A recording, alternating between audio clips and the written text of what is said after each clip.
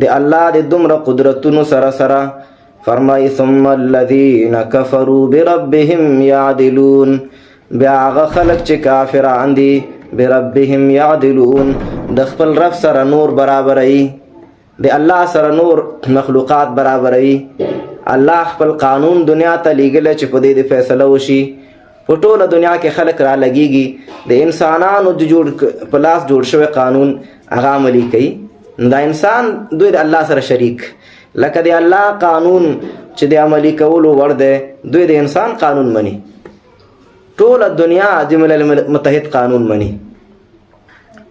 ملل متحد یا ملګري ملتونه یا یونایټډ نیشن ورته وایي، دا خلکو د الله سره برابر کړی دی. ولې ملل متحد چې کوم لایحه ده کوم قانون دی هغه خلک عملي کوي. ټول ملکونو اسلامي ملکونو هغه منلی دی.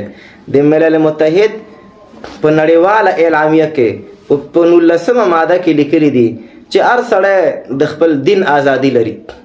معنا دا ده چې یو سړی د نن مسلمانی سبا ته د هندو شي، بل سبا یهودي شي، بل سبا نصرانی شي، د دین ازادي سړی لرلی شي. نو ملل متحد په اعلامیه په 19مه ماده کې دا لیکلي دي او خلک مني. اسلامي ملکونو ورسره منلی. افغانان ځکه په رسمیاتو نه پیژني چې موږ ملل متحد قوانین نه منو.